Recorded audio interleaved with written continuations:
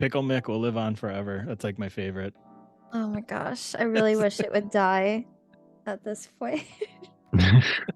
I was like, did I ever anticipate being all the food items? No, I did not. Started with pickle, went to potato. I guess all the P name foods I You will can only eventually. blame yourself for the potato. I mean, technically, I could blame myself for the pickle thing too. It doesn't take much for you guys to be inspired. But you describe yourself as a potato at least 4 or 5 times a week. 4 or 5 times a day. Not the 4 or 5 times every couple of hours. not the actual like food potato. It's the embodiment of being a potato. Well, you don't put that little asterisk after your sentence when you say it. Even if I did, you guys would, you'd be like, okay, I don't care. Is it the I'm a potato sound going through your head when you say it? Yeah, it's just, I'm just a blah lump in a dark cabinet space, just chilling. It's been a potato year, like 2022. Oh my god. It's just like, honestly, I don't know what 2022 was, what it entailed, and if I actually lived through it or not. I like vaguely feel like I know it happened, but at the same time I'm like, was that really me? Like, yeah. So a lot's happened since the first Hooligan podcast. Yeah. I think because the 24-hour stream that happened after the first one, right? I can't remember. I think it happened before. Before? Okay. I think so. I can check to see when the podcast command was added. Oh yeah, that's right. Well, I guess we could look and see when the episode was published. That's probably a good way to do it. Honestly, since the last time we did this, it was just like a downward spiral of trying to do streaming in life, and then streaming kind of ducked off a good bit. So I'm kind of like trying to go back up the hill now this year. Getting back to doing normal things, and then of course, my internet is like, nah, you're not gonna do that. You're trying to do a Kate Bush. You're running up that hill. The hill. Yep, I'm running up the hill.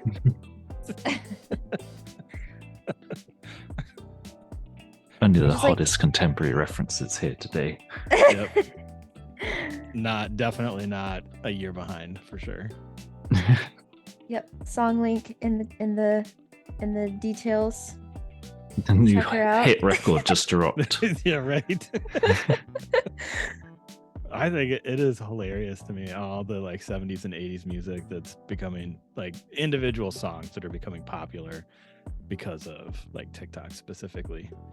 Yeah, and just hit movies and stuff like that. I think it's interesting to me that the generation of people that are popularizing those things don't even know that that's like, they're just like, oh, this new song is so hip, you should check it out. And then it's like, no, this is not new to you. But yep, I'm a big fan of the mashups too. Like I've always been a fan of that with like kind of any like dance and music specifically. Yeah. There you go. There I am, right there in my truest form.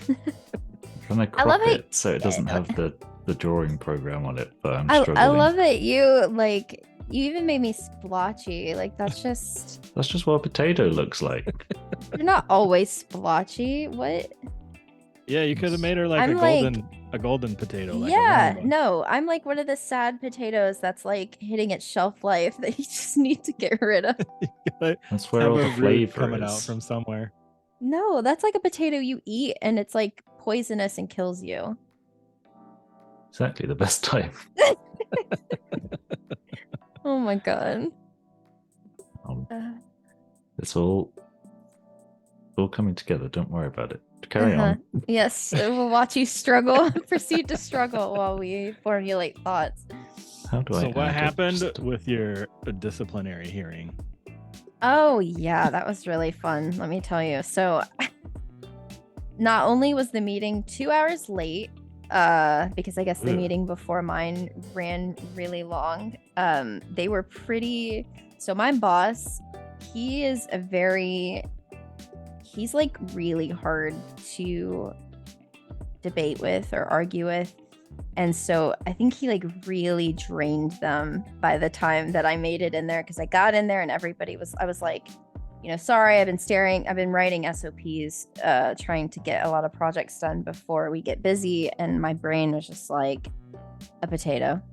And so I was like, hey, sorry, my brain's melting. And they were like, honestly, we're pretty like, wiped after that last meeting too. So it was like, he brought up exactly what I thought he was going to about this one very specific meeting. And it was like, oh, well, this is what I perceived. And I said, did you ever stop to consider that you could have just asked us in that meeting or at the end of the meeting, like, hey, this is what I perceived. Is that really true? Instead, you went with your assumptions, created a meeting a week after this happened with all the biggest bosses in it who had no idea what was going on. Like, do you really think that was like the best course of action? And he kind of just like digested it, but basically everything he said, I was like, I'm like, this is why we were like that. This is why, it seemed like we didn't, basically he said we weren't like buying into the company, like we were giving up.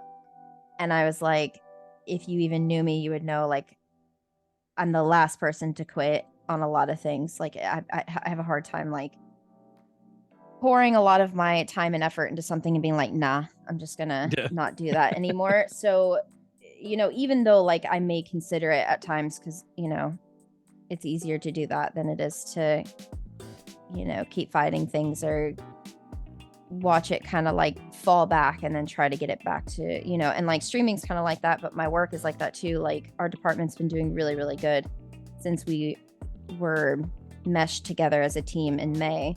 And so like this was the first month where we were kind of struggling, and so like I'm like we're very like winner mentality, and so that obviously didn't bode well with us. And and yeah, so that the meeting was basically pointless. And by the end of it, I was like, I feel like you should do better about actually having conversations with people instead of like blowing it out of proportion like this. And then he just, everybody's laughing, and then we went about our day, and I was just like, why did we, like, why? Like they make those meetings. And I told him, or not told him, I told my other boss, I was like, it's like a fear tactic to me, where it's like, I'm going to make this meeting with you, with all of our biggest bosses, a week from now. And I'm not going to tell you what it's about and make you sit around and wonder and be all anxious and like feel bad, basically. Like that's just, like my boss called him out for it and said that wasn't fair of him to do that. And Nice. So it went really well, but it was honestly just a waste of time. Like, Yep. Could have been an email. Yep, literally, or just a conversation right after. I was like, why do you have to make it a meeting? Like, why do we, we talk about in our company, they like strive really heavily towards like better culture and, not being like everybody else. And I was like, well, if you want to be that way and you keep saying we want to be transparent and we want to be connected and we want to have this like team mentality, I don't understand why you couldn't just approach us during the meeting or after the meeting to ask those questions, and instead it has to be a meeting. Like it just, you're like going against your own structure or like core structure, and so maybe he'll be different going forward, I don't know, but kind of called him out on it. I can be a very difficult person to argue with. So he, like, everything I had a rebuttal, and by the end of it he just kind of was like, okay.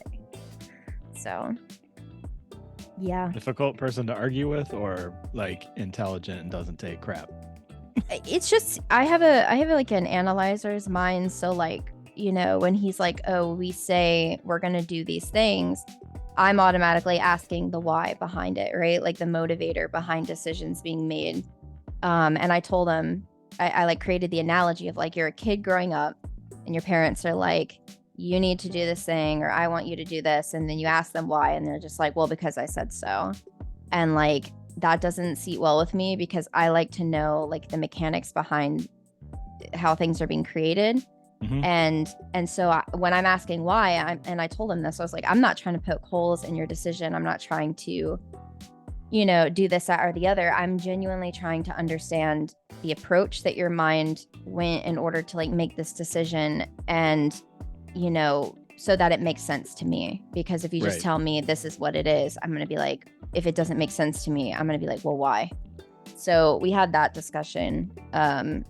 And I think it's important to be able to explain where your decisions are coming from, because then when they do like put forth a new decision that affects everybody in the company, if they can't explain where it came from, to me, it feels like that's already a red flag, you Yep. know? So like, yeah, like you should be able to very detailed be like, this came from XYZ. This is why we're doing this, because we believe this will impact this and whatever. And so, you know, analyzer's mind, that's how I approach like new policies, new procedures, you know, new standards for the workplace, you know, when we're implementing new stuff for our department. And I expect our company to be the same kind of way. Like we can't make arbitrary goals and arbitrary financial plans for the year if we don't have metrics or like a why behind, you know, we set this because when we looked at the last 3 years, this is what it was, and, you know, whatever. And I feel like my company, they have a tendency to do that. They'll just like go with the bias optimism and be like, we're going to do this number. And I'm like, that, what even makes you believe that's feasible? So yeah, that's kind of, we got into that discussion, and, you know, maybe it will sit in the back of their minds. Maybe they'll chew on it a little. I don't really know, but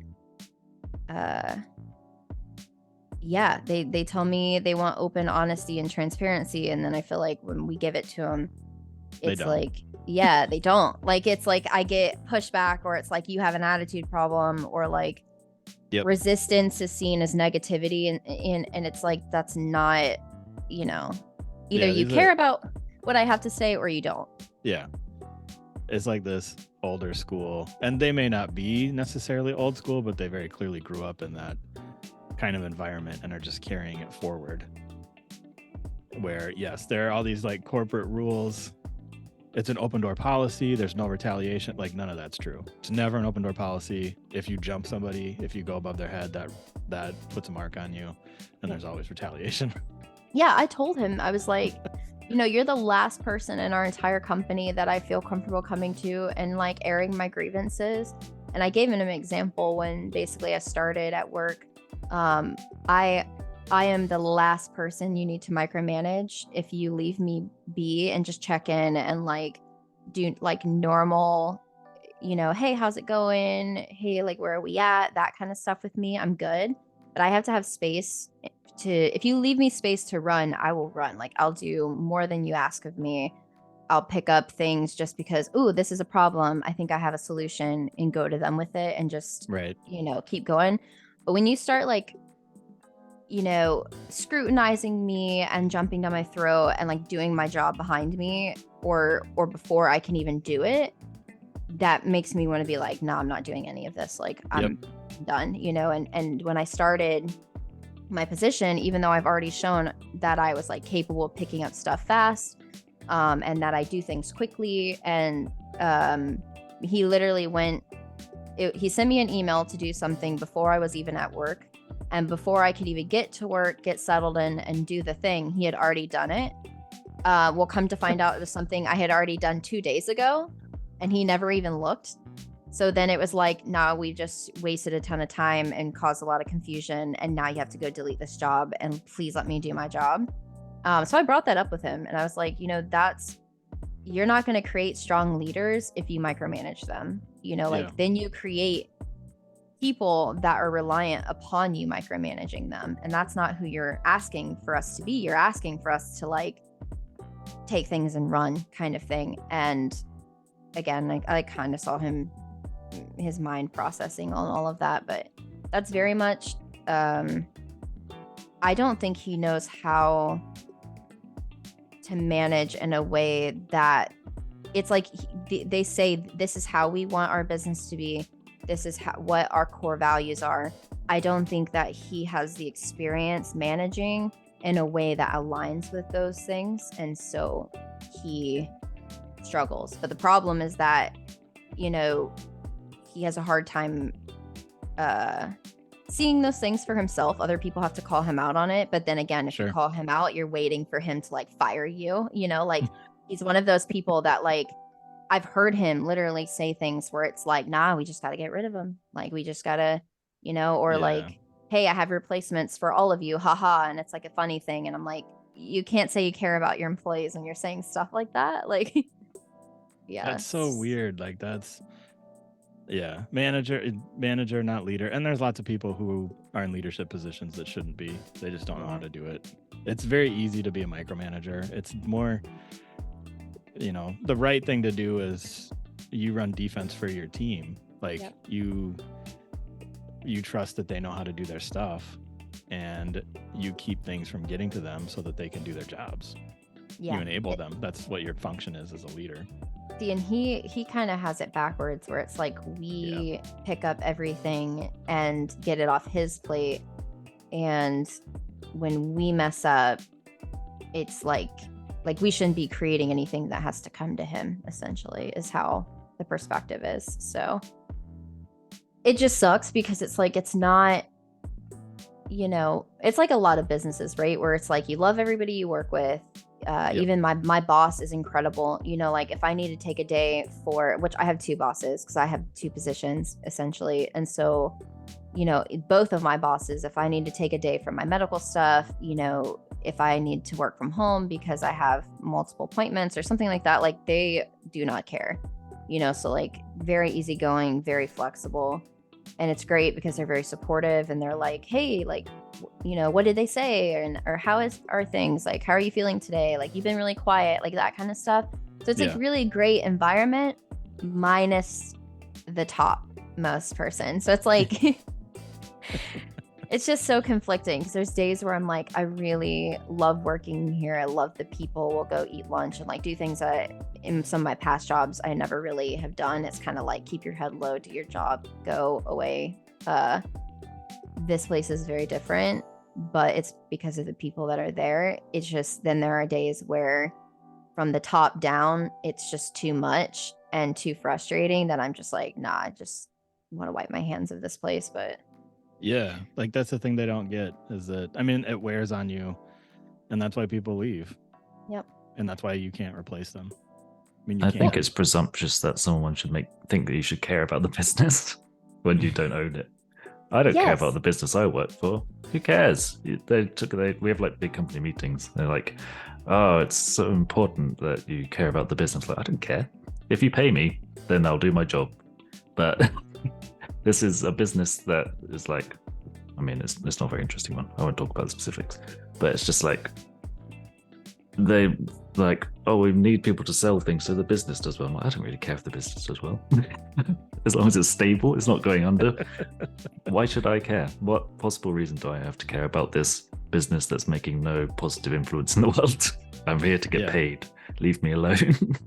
That's not a very good mindset, they would say, but you know, I do my job well enough, so leave me alone. They do that though. That was like half of my meeting was like, we need you to have buy-in into what we're doing here. And I was like, what? Like, then sell better, buddy.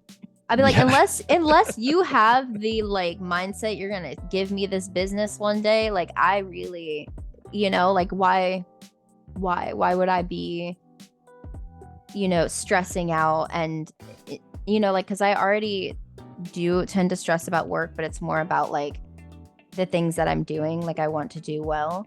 Right, but I'm not going to stress about how our business is doing or how it's structured or like what they're doing when, like you said, it's not my business. It's not, at the end of the day, like I have to worry about the things that get me paid and then everything else should. But that was what they were asking me in that meeting was like, we need you to have buy-in. We need you to, be on board in the vision. And I'm like, I don't even think you guys know what the vision is here. Like every day it's something totally different. And, you know, you had me pull all of these numbers from a system that is like the worst for reporting. So I had to do everything manually. It took me an entire month to pull 2 years worth of data for our department.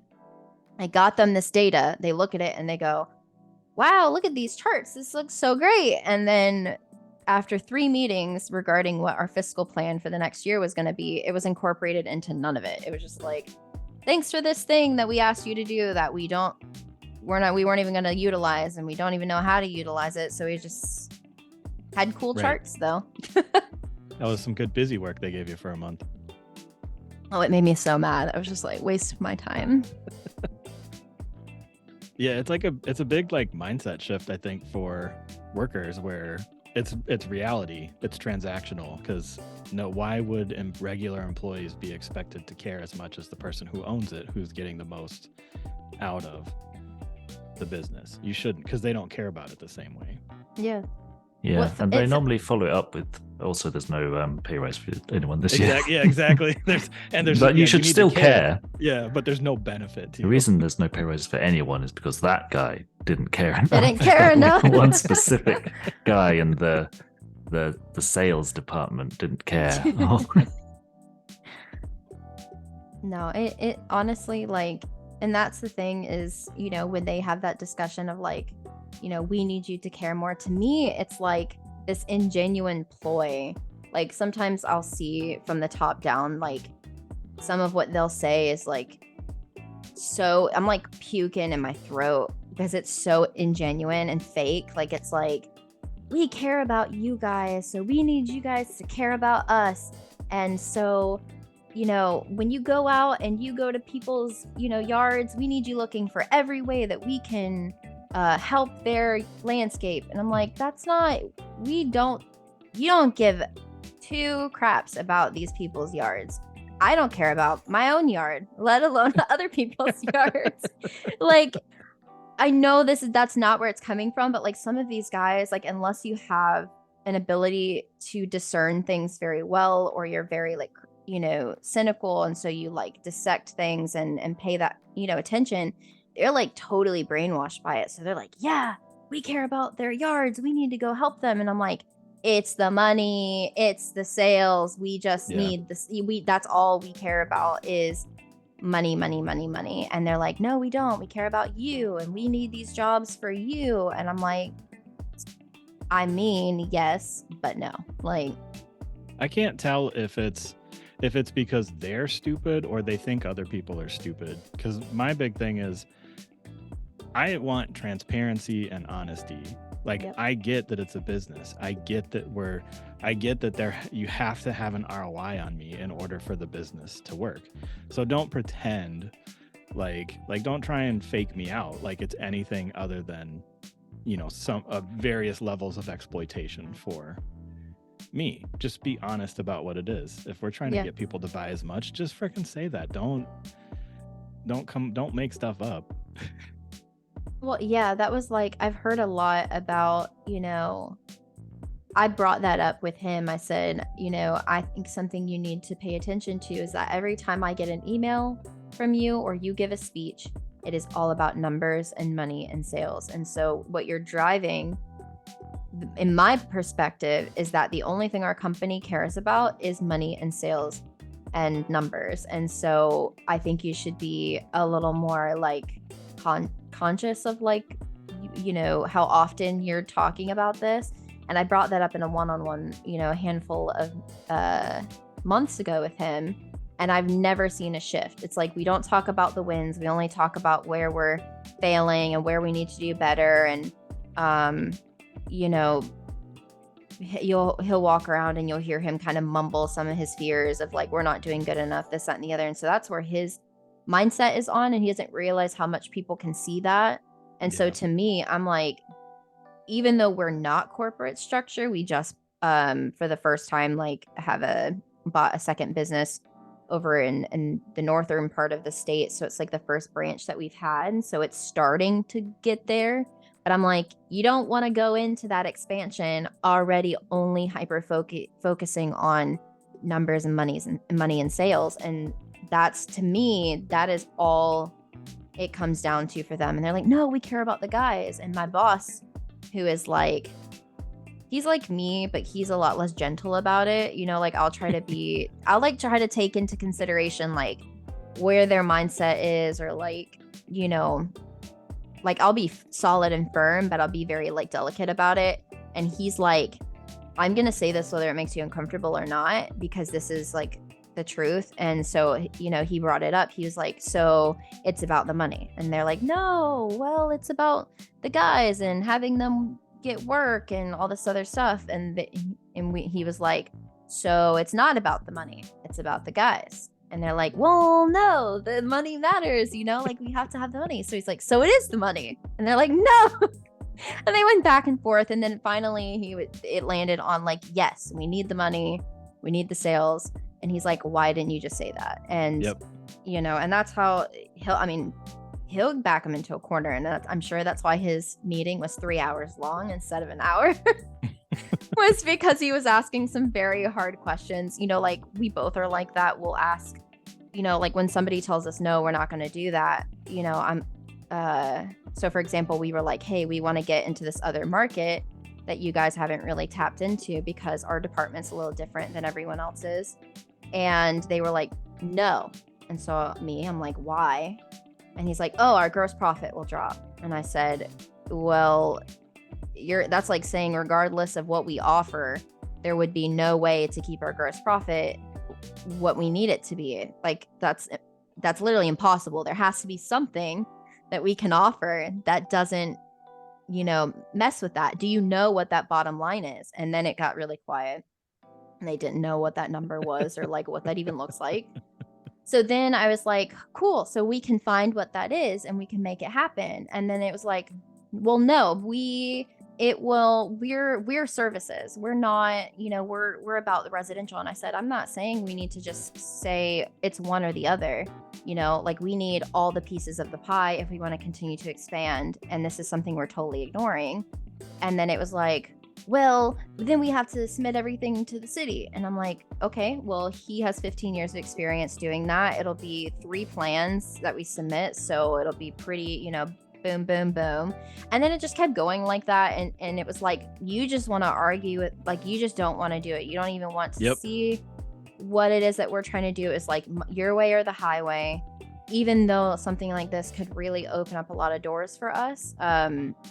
So that was another thing that led to a lot of frustration in that meeting, and why we got an attitude was because it was like, you're just saying things just to tell us no, not even because you have anything backing it up. It was just like, oh, our gross profit. And it's like, you can't even tell me what that number is. So like, what?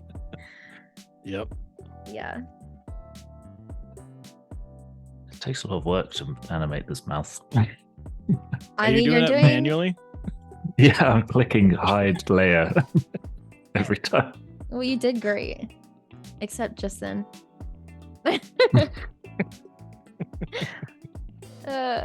thought you'd maybe like found a way to isolate her audio and had set it up that way. There probably is a way, but it wouldn't have been as quick as just clicking like this. Plus, it means I can say whatever I want. Right. Yeah. Howdy doody. Oh my god. I'll just have this potato be my guest star in streams. Just be down in the corner, like, and Tricky can just draw whatever he's thinking on it so that it's coming from the potato me and not him. Exactly.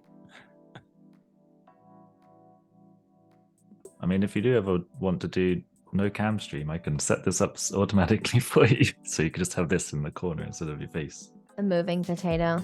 I may need to. Honestly, I feel like it's so weird with streaming for a long time, like how many different phases you go through. So like when I first started, I was working for the university and I would go like all night. Like I didn't care about sleep. It was just like, you know, I'd stream for like 5, 6, 7 hours and like crash and somehow get up and go to work the next day, and I was totally fine. And then I got my new job, which obviously I was traveling all over the place. So then I was hardly streaming. But then I had that huge break where I was in between finishing my my contract with them and getting my new job, where I just streamed like all the freaking time. It was like every day, all day, whatever. It was exhausting. Yeah, I bet it was. And then now I started this job, and then I had all the health stuff or whatever, and it was like back to not streaming really ever again. And then here we are trying to go back to the other phase of like streaming more. And it's been semi-successful-ish. I don't know. Even streaming 3 days, it's like I look back and I'm like, if I do 3 days a week, it's still only so many days in a month, and it still feels like not a lot. So I don't know. Does it feel like not a lot because you love it and you want to do it all the time, or does it feel like not a lot because of revenue? I think it's not a lot because I love it and I want to do it more, and I used to do it more. So that's what I'm like comparing it to, is like more days a week, longer sessions, like during the week, I try to cut it off to give myself time to eat and then go to bed. Lately, I've been going a little later than I normally would, because I'll be like vibing and look over and it's like, it's my bedtime. And this job, I get up incredibly earlier than all my other jobs. So that's also made it where I really have to be conscious about what time I get done streaming. But yeah, I think it's just wanting to stream more days or longer streams, because I know like a lot of people, it's like they have schedules too. And so if I stream longer on this day, I know like these people on this area of the world can hop in, like if I don't stream long enough, I've had it happen where people pop in like right as I'm ending, and then they're like, I just got here, and I'm like, like, yeah. So it's that, and also just like when I was doing it all the time, obviously there was a lot more going on and it was a lot more lively, I feel, than it's kind of gotten. Like a lot of us have been really, really busy in the last like 5-6 months. I mean, even just within the Hooligans, I feel like we've very sparingly played together or talked, like this is our lowest frequency, I think, of like talking and playing together in the last 2 years, because of how busy a lot of us have been, or we're just kind of doing other, we have other things going on. So like Cap is streaming, Tricky's streaming, Dark is working 2 jobs, that sort of thing. So yeah, I don't know. I don't know what the answer is. And I've been trying to just like start out with 3 days, see what that looks like. The year hasn't even been that long. So, and then my internet this week has been. That's such a bummer. Yeah, I know. I was like, yeah, I'm going to do it today. And then my internet's like, no, you're not. Yeah. So it's tough because it's like basically 2 full-time jobs if you're trying to grow one. It is. And then, with and that's kind of where I was, in all honesty, before, moving into this year. It has you kind of look at everything you've done and analyze it. And so I'm like, here's what I did with streaming last year. Was it where I wanted it to be? Not really, because I was dealing with so many other things that I needed to put priority on more than growing streaming stuff. And then because I didn't do that, now it's like I feel like I'm back in year 1 trying to like dig my get back to where I was before. I wasn't doing it as much, and it's like, how do I do that? Can I do that with me working the way that I am and with everything else I have going on? How feasible is it that am I growing it or sustaining it at this point? I don't actually know. I Right. want to grow it because I love it, and I love every aspect of what it's, brought to me, like the connections with people and the memories and the games that I never would have played if I wouldn't have, like, just all of those things. So when I was coming into this year, I was like, do I just not? Like, do I just, like, I still know where to find most people in other streams. Do I just do that and like play with people on the side and discords and stuff like that? And ultimately I was just like, no, I love it too much to totally be like not gonna do it anymore. So even if it doesn't grow, I've like kind of came to the place of like, it is what it is, and I'm gonna do it as long as I enjoy it. And if that changes, then I guess I'll change something at that point. But yeah, I think that's a good place to be at. I mean, there's nothing wrong with it being a hobby either. Like you don't have to turn your hobby into a job. You don't have to turn your side hustle. Like it doesn't have to be like that. You can just do it because it's fun. yeah, I think and the more you see it as a job, the more exhausting it will be, because the more you have to spend time thinking about how to make it bigger and more lucrative. It's more about the profit line than the guys, Yeah. To use terms coined at your work.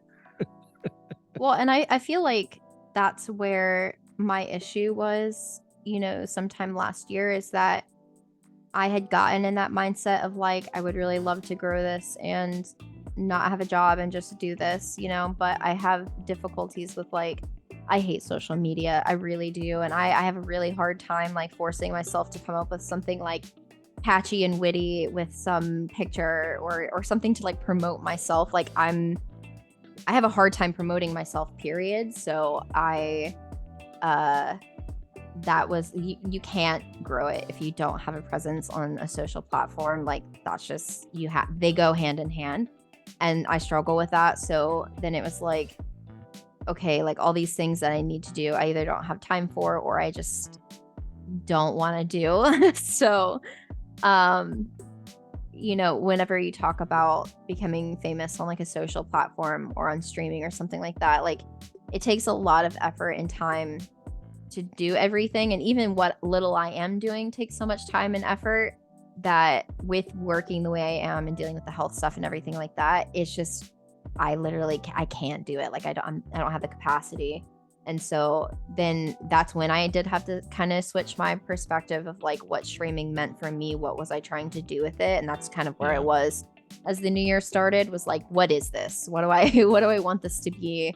Do I want this at all still? Like, and yeah, so basically it's going to be a thing that I enjoy doing. It's a hobby, to keep me connected with people that I've met over the last 2 years because of it, but also occasionally meet some other new, really awesome people, which has even happened since, the first of the year. Met a lot of new, really great people. And that's just what it's going to be. I just don't have the capacity to make it. And as much as I would love to, like everybody who plays video games, who's super social, who does streaming, I feel like a secret part of us, we all want to be able to just do nothing but that.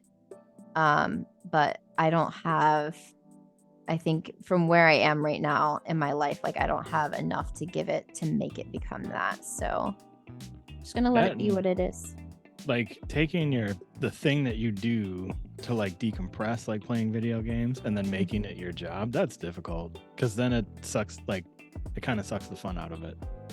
Yeah, I've seen some streamers where like, I watch them pretty regularly and I'm like, how are you doing this? Like how, especially ones that are like more, like if you aren't a variety streamer, I just have so many questions. Like, are you enjoying this still? Like genuinely, like deep down, like, are you doing this because this is what you feel you have to do and that's where your platform comes from? I just feel like for me it would kill, and it kind of happened like that for me with Sea of Thieves. The first year I was streaming, I was like, that was like all I was playing, right? Like I had like 1,000 hours and I was like, okay, I can't do this anymore. Like I'm literally killing this game for me. The bugs were getting really bad. I was The bugs weren't that bad, you were just fed up, I think. Well, they're getting progressively worse as like the new seasons are coming out. I feel like they're just dumping more and more and more on top of already existing issues at the foundation level. And so every time that we played in the last I sailed with Conan James and them. I sailed with Dark one time. Like every single time I was playing, we were having like game breaking bugs happen to us. Like I get kicked in the middle of a fight, or when we would get up on a boat, it would glitch so hard, like we'd miss all of our shots, or like, you know, just crazy things would happen. And I was just getting like, like this is so frustrating. And so that's kind of why, like, since season 8, like I haven't been on at all since the new season, because one, it takes a lot of like energy to be in a PvP kind of game mindset, which I feel like I really haven't been in. Like I've still been playing some, like, you know, like Call of the Lamb's pretty puzzly, and I've been playing Kenna, which takes a lot of like, it's puzzly and boss fights, kind of Dark Soul, but not as frustrating. So like I'm still playing some games that like require you to like fight and do things, but like PvP and run-ins with people take a certain type of energy that I just haven't been in the mindset for.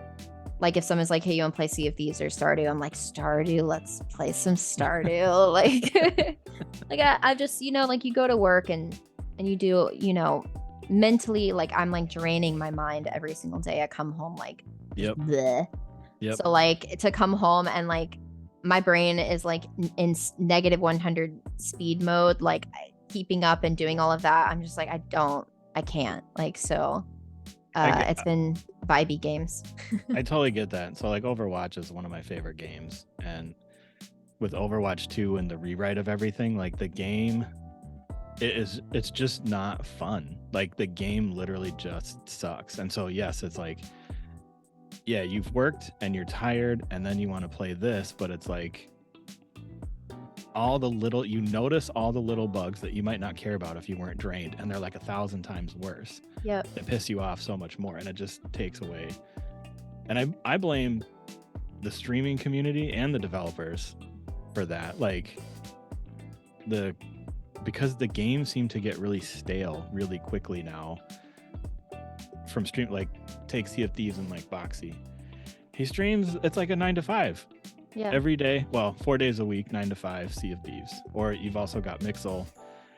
You know, how can we do all the new stuff in 24 hours type deal? Yes. Yeah. Like, hey, something new just came out. We're going to do all of it immediately in the quickest time possible. And then there's nothing new left.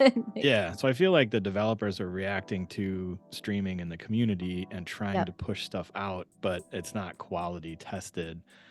It isn't as good of a quality, but it's also our fault because everybody's accepting that, and they're just like, I'll keep playing this trash game. Well, and that's what I've been hearing a lot about the new season, and like I already pre-anticipated that with this one being so like PvP heavy. Yeah, is that, you know, the cheating, the bad, like it's like Arena has come to the game now. Like that's essentially what they've created, is that all the toxicity that existed within Arena, and I'm not knocking on the people that like enjoyed Arena that like weren't those people, but they cannot, like nobody in that whole community can tell me Arena wasn't toxic. Right. Like you don't remove comms from games if they're, you know, from it's good. if it's, you know, if it's not. So the fact that, you know, I saw season 8, I saw that it's about like fighting and PvP and all that other stuff, and I'm like, oh my god, this is about to be, you know, not only were the bugs already like breaking level for me, I'm like, this is gonna include more bugs, and open up that door for those people that have been waiting for that platform to be toxic. And so I've seen, you know, all over Twitter, it's just like, I'm done with it, I can't, they've got to fix this. I've seen people who that's all they were streaming playing be like, you know, I'm so sorry to their community, I cannot play this anymore, I'm not enjoying it, it's miserable. So I feel like, you know, like I already kind of pre-anticipated that was going to be the case, and it has, to me, it has created more inorganic fights that feel highly repetitive and just like basically boring to watch. Like I'm sure if you're fighting and you're the one doing it, you know, I feel the same way about sports, don't knock me, but it's like watching a sport, it gets so repetitive, and then I'm just like, ugh, like baseball. Don't knock me. So like baseball is so boring to watch. I remember going to my first baseball game, and it was like, I don't even know what inning. There were so many, and they were all the same. And I was like, I just like hung out at the concession stands and ate like a million hot dogs. And I feel like that's what you do. And I feel like that's how the game has become. When I'm watching people stream it and that's all they're doing, the fights that they're getting into, it's like there's no spontaneity to it. The fights are all like similar or same types of people that are binging the game, are crazy good. And so like if you were actually fighting them, like if I was playing baseball, I'd be having a heck, like, oh yeah, baseball's so fun to play. Watching it is totally different. And so for Sea of Thieves, even in this last season that's come out, like my viewership, I'm watching like every other game. I would like watch Tricky play some 1980s RPG that he'll dig from I don't even know where before I would ever go and like watch some of the bigger streamers play Sea of Thieves these days. Which I'll watch Tricky anyway. I'm not saying like but you get what I'm saying. Like I'll watch a game that isn't like the game before I go and like actively seek out watching Sea of Thieves, because I feel like I'm just watching the same thing over and over and over again. Yes, it's like I don't watch Boxy because he's playing Sea of Thieves. Like, it's because of the non-Sea of Thieves stuff that's happening that I watch, because it's hilarious to me. And yes, his stuff, which is hilarious, like the fights are so repetitive that sometimes they will fight the same people 2 or 3 times in a row. Like him and Beard, like on Friday mornings, is pretty funny because nobody else is playing.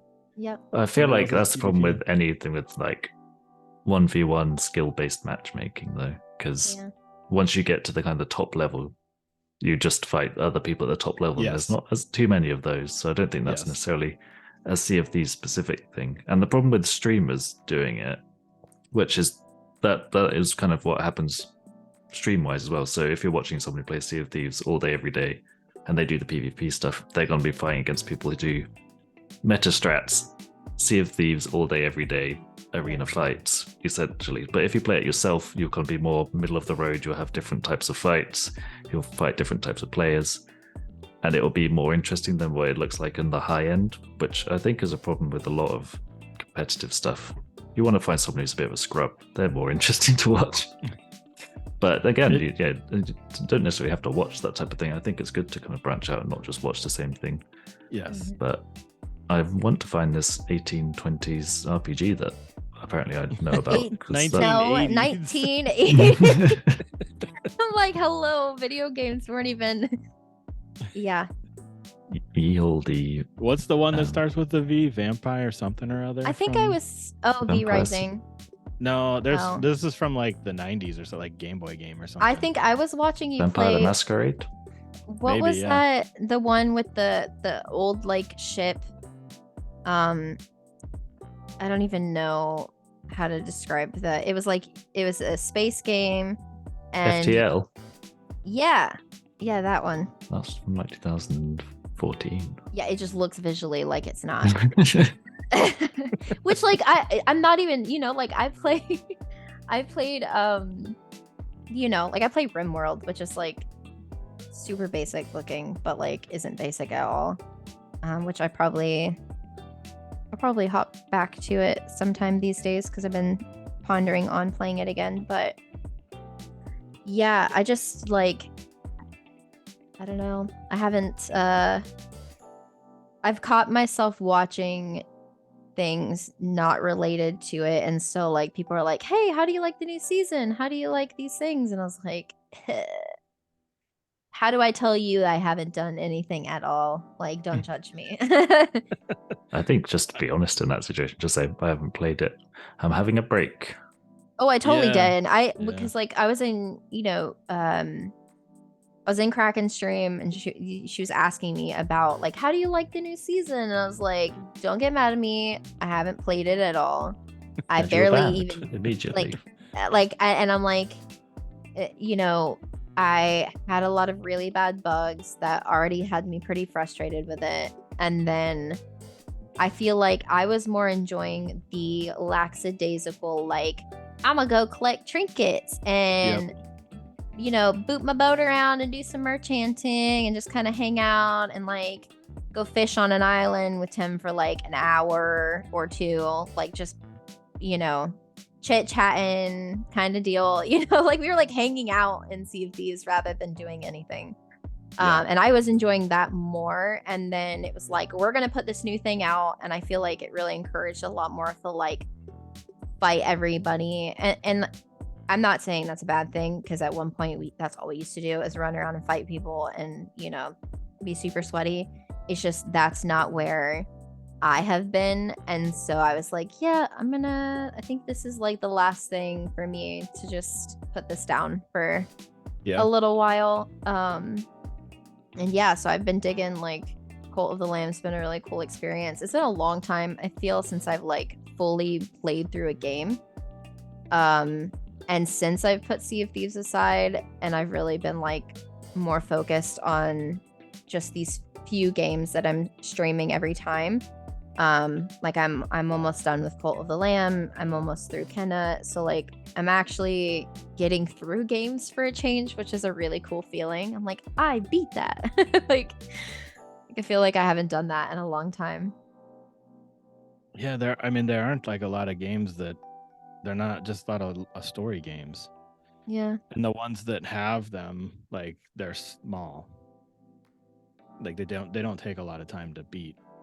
And then Elden Ring is on its own level, but Kenna has been honestly, like I had watched, Captain start streaming it for a little bit, and then I didn't see her, stream it again. But from what I saw, I was like, wow, that looks really beautiful. And like the music's really great and the story is very interesting.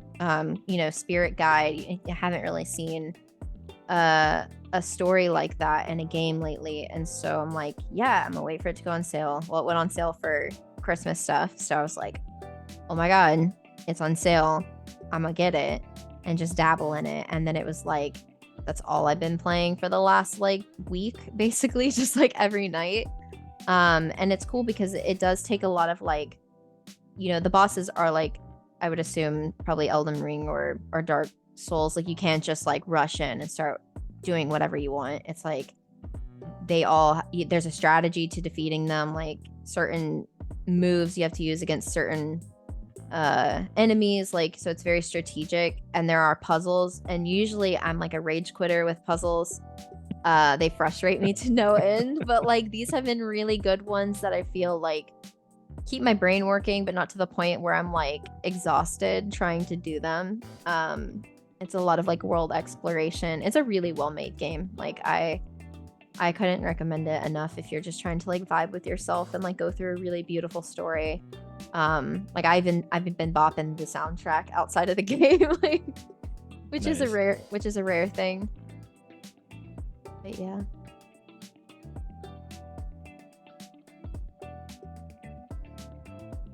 Yeah, it's been interesting to see just how the landscape of streaming is changing too, and see who's doing what. Yeah, I don't know if it was just me, but I feel like there was this I think it was everybody. Yeah, there was like this very like visible shift that happened in the last, I guess like year, but specifically in the last 6 months, I feel, where a lot of people have been like, I've seen people I was following and watching streams just not streaming anymore or changing their games entirely, which, just completely rebranding, like all kinds of stuff. I feel like there's been a lot going on. Is it I don't know, the rebranding thing is when you build your brand around one specific game, it is really interesting when you fall out of love with that game, or that game sucks, or the game dies. And what do you do, and what's your stream about? Yeah, I feel like if that's your only line of income too, that's terrifying. It really is. I feel like it's really hard to. That was the other thing that I guess that kind of had me hit the brakes. Was I was seeing how streamers that were streaming to build it, not making it their income, and then now it is their income they rely on, that shift in like how they are, how their streams are, where their focus is at, what they're driving and promoting on their streams. Like, Yes. like I get it, because you need that. Like you said, like you're only playing these few games, you have to keep them going, you have to uplift them.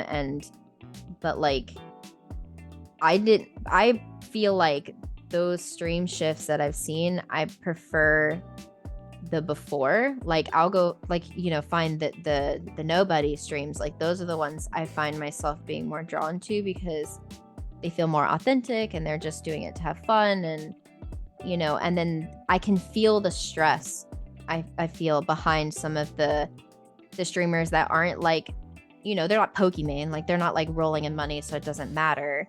They're like, I can't slip up, this is my livelihood now, I have to do as much as possible. And I feel like I can feel that stress, and it stresses me out for them. Like I'm like, this is just, you know, like how are you enjoying this anymore? Is this fun to you? Like, you know, Yeah, it's crazy because it's like there's like Hitbo's another popular Sea of Thieves streamer, and people ask him all the time when he was gonna go full-time streaming, and he's like, the numbers don't add up. He's like, if it ever gets to a point where it does, my wife and I'll talk about that. He's like, but it's not even close right now.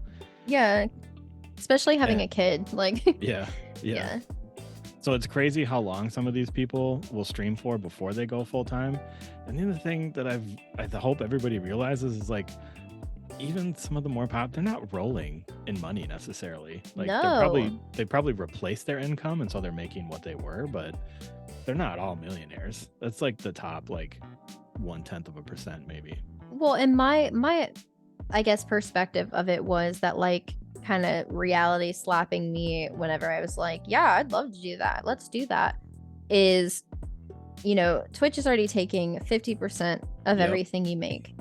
And I feel like you're working 50% harder. Like, you know, I'm on tricky level. Like, you know, when I go work hard, I'll go to my job and be like, I'm gonna just spin around in my chair for a little bit in my PJs. You know, like I can do that. You can't do that. Like, you know, yes, you get to make your own schedule. Yes, you get to play what you want to play. And that's what they promote it as, like, I get to be flexible. But it's like, you really don't. You really have to do this amount of things minimally if you want to survive and keep your income. All I gotta do is do my bare minimum responsibilities at work, and I know I'm getting my paycheck. So like, I feel like not your bare minimum. You're doing your job. Well, like... doing my job, yeah. But I'm at my bare minimum. As long as I'm doing what I have to do, like I'm fine. Right. And I can have days. You should not be in your bare minimum at work. That is very inappropriate. I won't bear you my bare minimums about my work. No, I feel like there are days where like I will be booking it doing like 150% efficiency, and then I'll have a day where I feel awful and I'm like wiped and I'm a potato, and you're gonna get 80% out of me, you know? Yeah. But I can do that because I know like it balances out within my work, and like, you know, that's a lot less stressful. Whereas when you're streaming, it's like, even if I make $3,000 in a month, I'm really only looking at 1,500 of it. And then you have to take into consideration your tax cut from it and put that aside to be paying the taxes. So really, you know, out of all this effort and all this work to make that much, I'm still looking at less than a minimum wage job. And I feel like a lot of people don't understand that. And so like you try to get sponsorships, even those only pay so much. And a lot of them only if people are actively buying those products. I just, you know, when I started thinking about it like that, I'm like, it's easier to do it and have a job than it is to try to make it full time, even though it's hard to do both. I feel like it's less pressure. It's this weird thing where like I mean, it's kind of like an MLM. Like you're kind of you kind of have your own business, but you don't for a long time until you're like really popular and have more than just streaming. But it's like if you're just like you're working for Twitch, if you're streaming on exclusively on Twitch, Yep. they're loosening that. But it's like you work for them, you're an employee of them, 1099 or whatever. And like you said, they're taking their cut, a Yep. huge cut. Yeah. And that's why you should never start streaming with the thought that you want to get any money out of it. You should only do it Yeah. because it's fun. Because otherwise Yeah. you're just going to burn out and be disappointed. Yeah. Life Well- hack. Well, it's worse too that like, you know, I feel like there really isn't an incentive. Like for me, I never felt like, you know, people are like, oh, you are the kind of person that could easily become a partner. And I'm like, I don't feel like there's an incentive to be one. I don't really like, I get a check mark and a high five, and that's how, like, that's all I feel like I get out of it. Like, cool, my videos stay a little bit longer on the platform, but like if I'm streaming literally every freaking day and I have a community that clips every stupid moment that I have, then there really isn't a point to like being that. And I feel like when you get there, it's more stress and harder on you because I feel like it's easier to try to build it to the point that you can get like submit something to try to get them to say yes to you than it is for you to get them to like, you are in it, you're a partner, and sustain it. Like I feel like it would be really terrible feeling to get there and feel like you accomplished something and then you can't sustain it and they take it away from you. Do they take it away from you? Yeah, if you Yeah, can't if you like don't meet hit your the numbers. Yeah, so it's Yeah. like the average viewer is your average time streaming. So like say I hit partner and then I got stupid ill. Like I have something serious. I'm in the hospital. I literally can't do anything.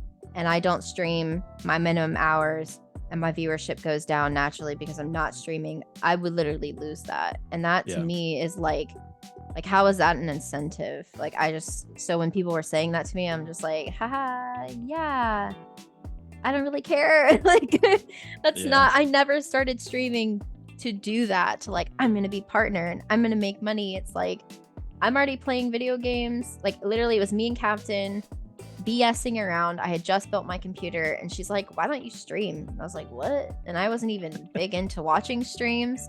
And she was just like, yeah, you're already playing video games. You should just say heck it and do it and see, you know, you like people, you like talking. And I'm like, yeah, whatever. Let's try it out. And then, yeah, it was just like the people and screwing around and memories and all that stuff. And that's kind of what it stayed for me. Like, obviously having the additional income has been helpful here and there. Like, you know, being the only one, in the household like working, or like when the health stuff happened, obviously that's super expensive. So I'm not like, it's not like it didn't help, it just wasn't like my only focus, you know. It wasn't Yeah, like it's not I your need more livelihood. money. Yeah.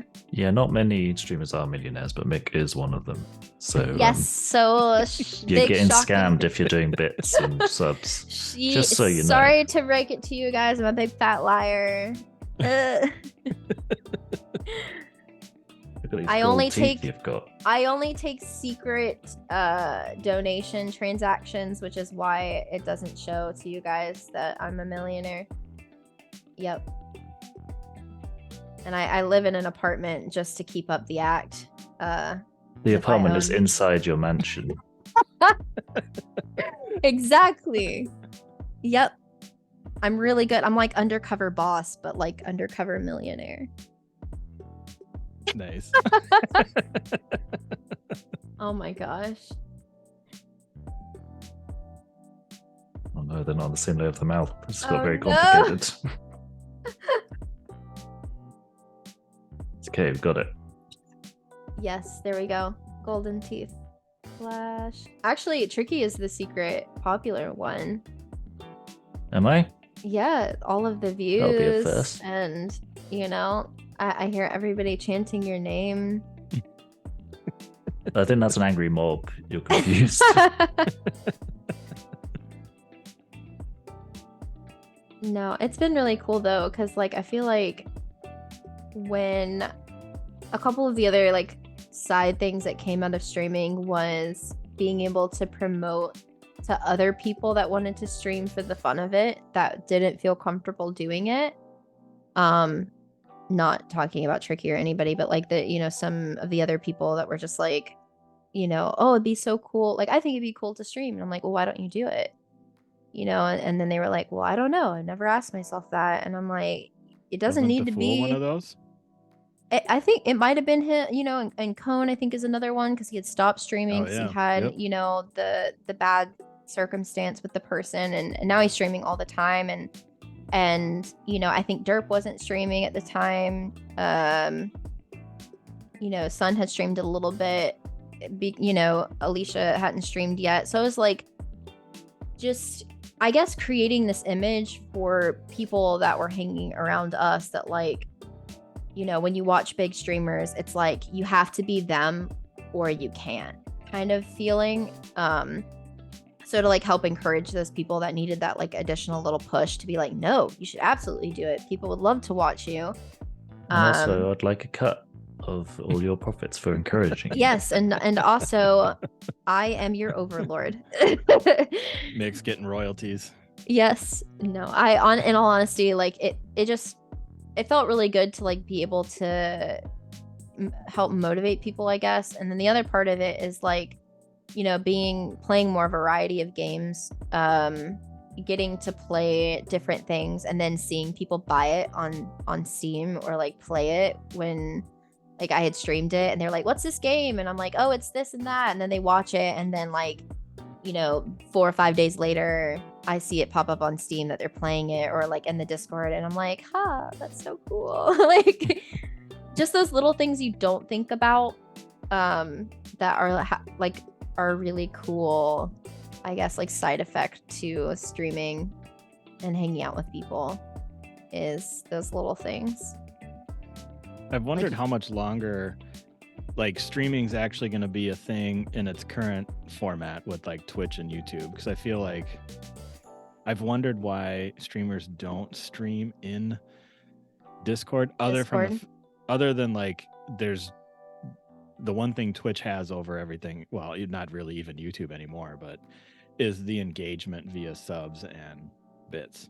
So I know Discord has started with, I think they're trying to move in that direction. Yeah, so like subscription levels in the Discord, and different priority levels that you give them access to based off of the membership and stuff like that. And like part of me for a little bit was like, I was so angry with Twitch and just, it's Amazon. I just like,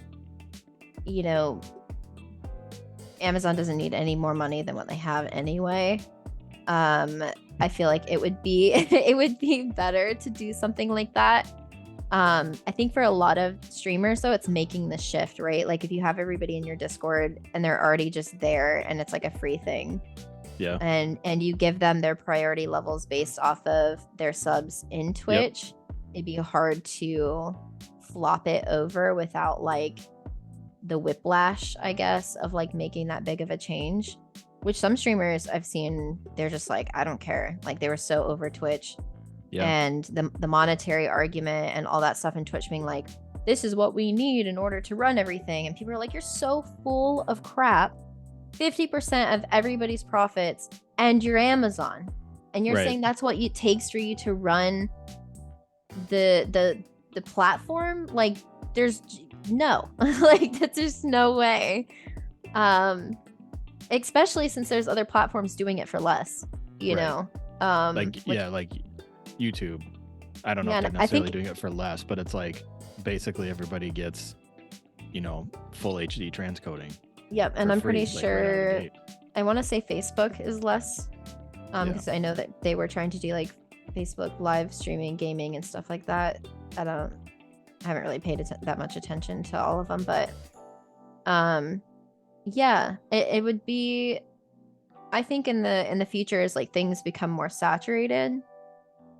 I don't know. I honestly don't know what it will look like, but I feel like we're already starting, like after COVID, during COVID, it was like super popular. Everyone got into it. That's like all the biggest people I see now, like started during COVID Yeah. They jumped on the like COVID train, and that's where they got a lot of their viewership and connectivity with people. And now all had to stay home for like a month. and we're craving connection with people, Right. you know, and so now we're not. Now we can like go do things again and kind of go back to our normal life. And there's been this huge drop in viewership for a lot of people because of that, in response to that. And so it's like, when will that continue? Like, will people continue to like only promote themselves on like TikTok or YouTube, and will we see like Twitch kind of like dwindle and die away, as because even some of the big streamers have been talking about leaving Twitch for a while. So well, I've seen I know one person had talked, it was like $10,000 a month they lost. They went from like $15,000 a month in Twitch revenue to like 5. And they were a big advocate of, actually the only reason they did start streaming again on Twitch is because Twitch loosened you can only stream on our platform if you're an affiliate or partner or whatever. And you can now multi-stream, so now people have started to kind of come back, and that's why they stream on Twitch again. But yeah. Wasn't it? Is it Markiplier who now streams on OnlyFans? Did I hear that today? I think that's a thing. OnlyFans, they're trying to branch out from the corn, man. Aren't we all? Multi-use platform. Well, I think the problem with streaming on Discord is you're not going to get anyone new, and you're not going to, if you want to like grow. I mean, discoverability on Twitch is terrible because, I mean, you can't. Here's something. If you have the mature filter tag on, you can't go on the homepage. You physically don't appear there. You don't appear in people's recommendeds either if you have the mature filter setting on. I know, Mick, you have it on. I don't, because I am a child. But if you like it in the Discord server, if you're like with your community in Discord server, there's a whole lot of extra steps to get a new person in. And a lot of people just aren't going to make the effort to do that. So unless Discord changes its format, I think it's not going to be something particularly going forward. But hopefully there's like more alternatives, because more competition and stuff is always healthier. So I think Discord's working on some kind of community server discoverability. I hope so. And I mean, it's if you set up the invite right, you use the on stage or whatever, like. Yes, it's different than Twitch for sure. You don't just jump into their channel and you're good to go. Like, you would click on their server and get invited and then be good to go. So yes, you're right. Markiplier does have an OnlyFans. He launched it to promote his podcasts that he has. And it was so overwhelmed that they crashed the site. He did take some kind of risque photos for it, but it's for like, he donates like a whole bunch of the money to charity, and it started out as a joke and then he ended up just doing it, and it like was more than I think he anticipated, but it's cool. Money for charity. He didn't expect all his community to already have OnlyFans accounts. That was his basically. So it's really cool though, because all proceeds, all of them from the OnlyFans, he's putting to charity. So he's splitting it between a children's hospital and the World Food Program. And said something like, if you're going to quench your thirst, you might as well try to feed somebody. Nice. I know one other streamer with an OnlyFans account, and apparently there's one picture on it which is him in the bath, fully clothed, and that's his OnlyFans account. And I think all the proceeds from that go into charity as well. That's cool. So now they stream from like OnlyFans. Like, OnlyFans has a streaming component to it as well. I'm guessing, well, Patreon doesn't, because the people I've back on Patreon have to do it through YouTube private links. Yeah. But you think it's kind of a natural progression of these type of places where you can have live interactions with people. But I don't know. Yes, I think you can go live on OnlyFans from what I'm seeing. OnlyFans live streaming. It's yeah. I know they're trying to branch out because there's some sports lady that came across my FYP on TikTok, and OnlyFans had reached out to her, I think, and they're like, we want to partner with you. And she's like, I don't do that kind of stuff. And they're like, that's exactly why we want to partner with you, is because we're Yes. trying to change The platform. that. Yeah, we're trying to move away from that. Well, I think it's about being, when we were talking to our business about like all the pieces of the pie, it's like as soon as you stream only one game or you're known Yep. for only one type of content, it's so hard to take all, like, the more you can get into, the more you can get from. So like I think that's probably why they're going that avenue, is they're trying to get more, like, and grow more and expand more, and you can't do that if you're only in one, like, known for one thing. Yeah, if you only sell iPhones, or that's the majority of your money. Yeah. They did try to do a thing where they tried to stop adult content being on OnlyFans. Oh, and people Which- like lost their mind. Yeah, which I mean is fair because these are still people making a living. It is a Yeah. career, and I don't think it's fair to judge people on what they do for a career. They're not like harming anyone doing it. So Yeah. suddenly cutting them off is just a terrible thing to do. But luckily they went back on it.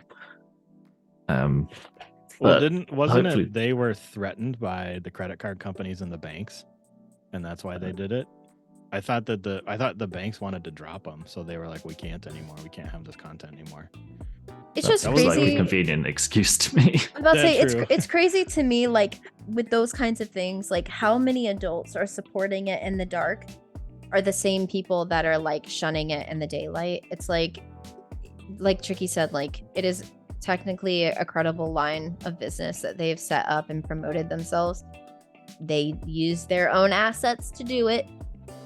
Which assets people use, that's their prerogative. Yeah, I can't. To me, it's like the same people that are, complaining about it, and we're like, oh, this is so bad. We're like the same people that were like secretly Yep. Secretly had Googling accounts and like account at OnlyFans free content. yes, exactly. It's like, yeah, I don't know why people were so fixated on.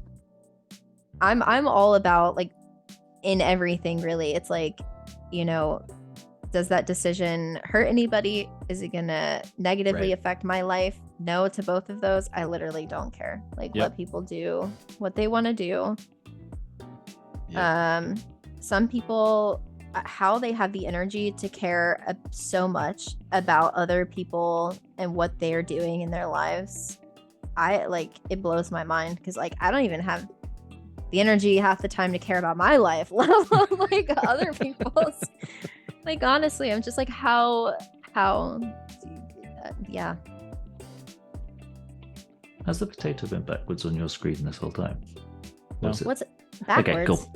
On mine, I just looked over because my tablet is the opposite side of my desk to the monitor that's got Zoom on it. And I just looked, and it's all mirrored. Luckily, the dollar sign is the right way around. That's all I needed. No, thanks. Yep. No, it is the right way.